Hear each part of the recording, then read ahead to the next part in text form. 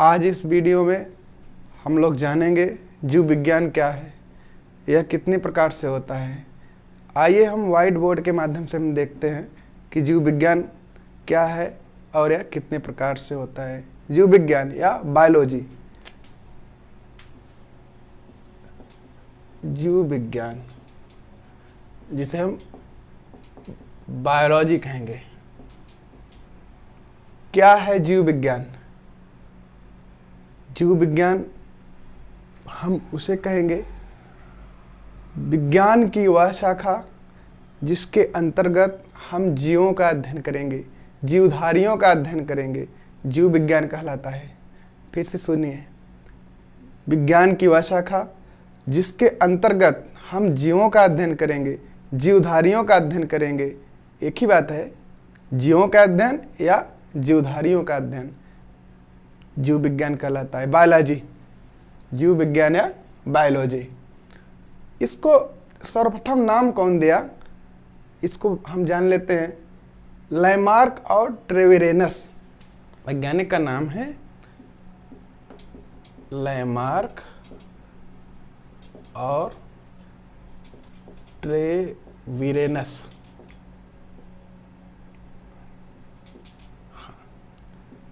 Lamarck and ट्रेवेरेनस।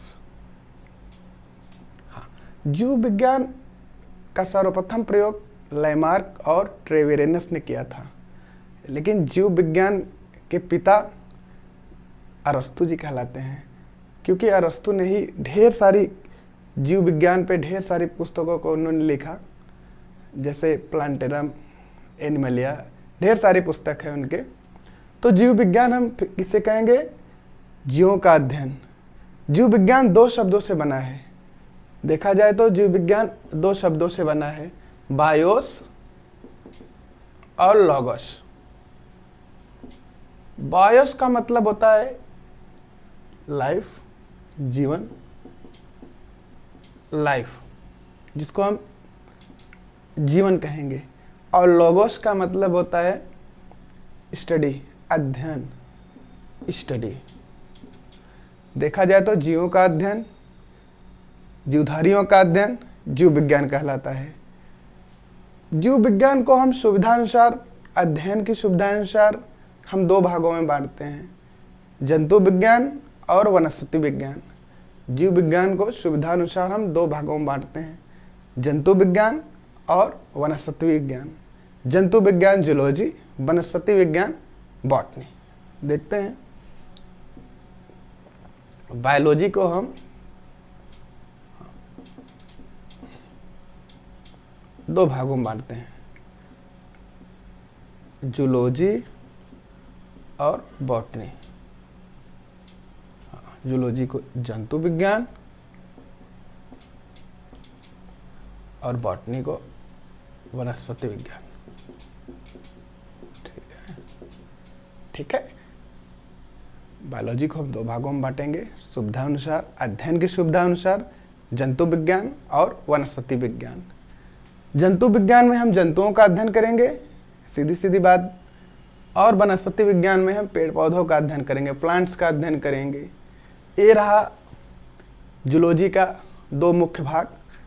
Zoology क्या, biology का दो मुख्य भाग, जूलॉजी और बॉटनी। जूलॉजी में जंतुओं का अध्ययन, वनस्पति में वनस्पतियों का अध्ययन, प्लांट का अध्ययन। ठीक है। आइए देखते हैं जूलॉजी के पिता कौन है। हमने जाना कि बायोलॉजी के पिता अरस्तु जी हैं, जूलॉजी के पिता भी अरस्तु जी ही कहलाते हैं। हाँ, बॉटनी के पिता, फादर ऑफ बॉटनी, पिता हैं वनस्पति विज्ञान के थियोफ्रेस्टस।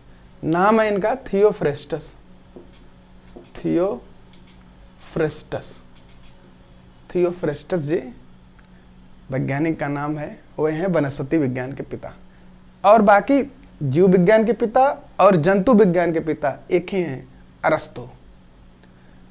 इस वीडियो में हम बायोलॉजी के सामान्य परिचय को जाना, इसके साथ साथ हम जानेंगे जीवों का कुछ ऐसे लक्षण है जो जीवधारी कहलाते हैं।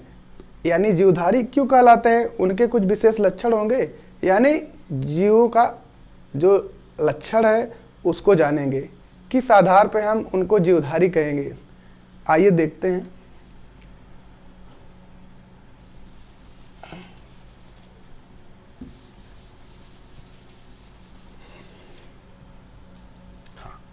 हमने जाना कि जीवों का अध्ययन बायोलॉजी है, जीवधारियों का अध्ययन ही जीव विज्ञान है। तो जीवधारियों के अध्ययन क्या है? आइए हम कुछ लक्षणों को देखकर समझते हैं कि जीवों के क्या लक्षण है।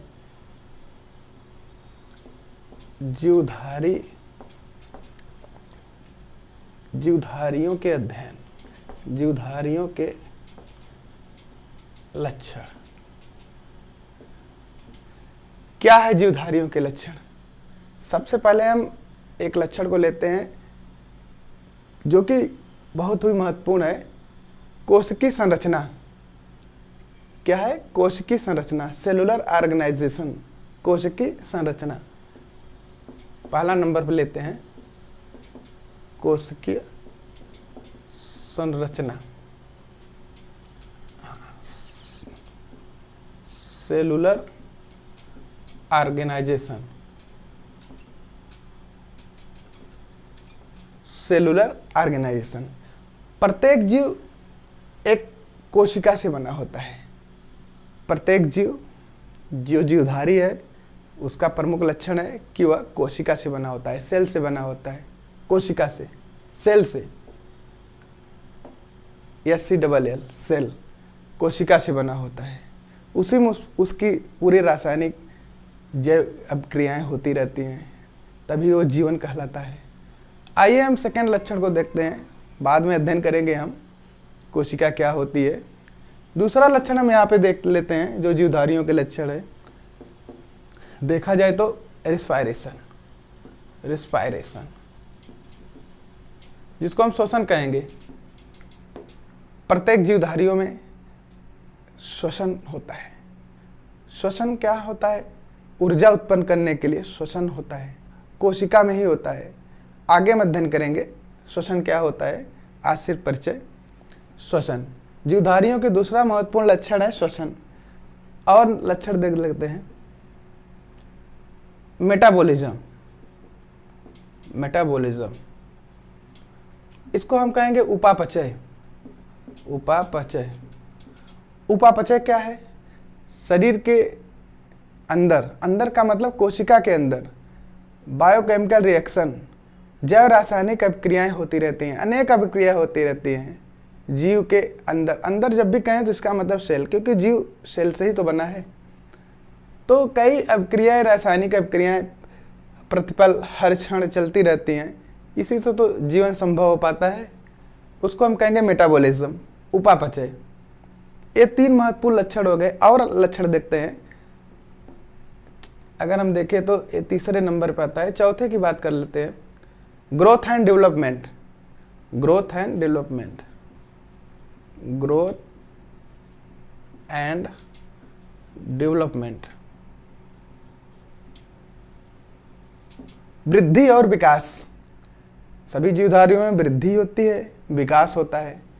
तो एक महत्वपूर्ण लक्षण ये भी हो गया, कोशिकीय संरचना हो गया, रिस्पायरेशन हो गया, श्वसन, मेटाबॉलिज्म उपापचय, ग्रोथ एंड डेवलपमेंट वृद्धि और विकास।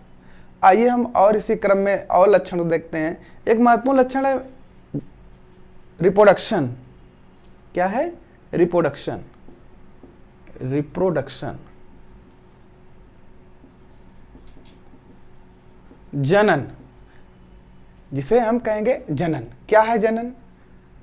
रिप्रोडक्शन यानी जनन। हर जीवधारी अपने वंश परंपरा को बनाए रखने के लिए जनन करता है, तभी तो आगे की वंश चल पाती हैं, नहीं तो जीवन की समाप्ति हो जाएगी, जीव की समाप्ति हो जाएगी। तो हर जीवधारी वंश परंपरा को अपने बनाए रखने के लिए जनन करता है। ये जीवों के लक्षण ही है, रिप्रोडक्शन यानी जनन। और ढेर सारे लक्षण हैं, कुछ लक्षणों को और हम देखते हैं। एक हो गया आपका होमोस्टेसिस। होमोस्टेसिस क्या है? होमोस्टेसिस, होमोस्टेसिस ये है आपका समस्थित। प्रत्येक जीव अपने आंतरिक वातावरण को बनाए रखता है, उसको कहेंगे हम होमोस्टेसिस। Homeostasis homeostasis. ठीक है, प्रत्येक जीव अपने आंतरिक वातावरण को बनाए रखता है, मेंटेन करके रहता है, होमोस्टैसिस। ठीक है, आइए और लक्षण को हम एक ले लेते हैं। संवेदनशीलता, सेंसिटिविटी, संवेदनशीलता देख लेते हैं। संवेदनशीलता, यह है सेंसिटिविटी, सेंसिटिविटी, सेंसिटिविटी, सेंसिटिविटी। ठीक है, संवेदनशीलता कि कैसे अनुक्रिया करता है बाह्य माध्यम से जीव, तो उसे हम कहेंगे सेंसिटिविटी। एक कुछ लक्षण है, एक इंपॉर्टेंट लक्षण और लेते हैं, पोषण। क्या नंबर कौन सा है? 2 है, 8 हो जाएगा। पोषण, पोषण, न्यूट्रिशन, क्या कहेंगे इसको हम?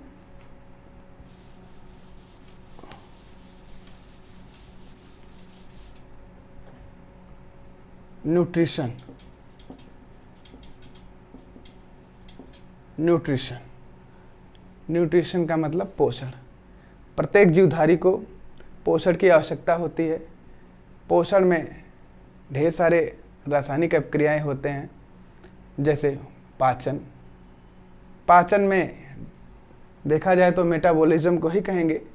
मेटाबॉलिज्म में भी कैटाबॉलिज्म, एनाबॉलिज्म 2 होते हैं।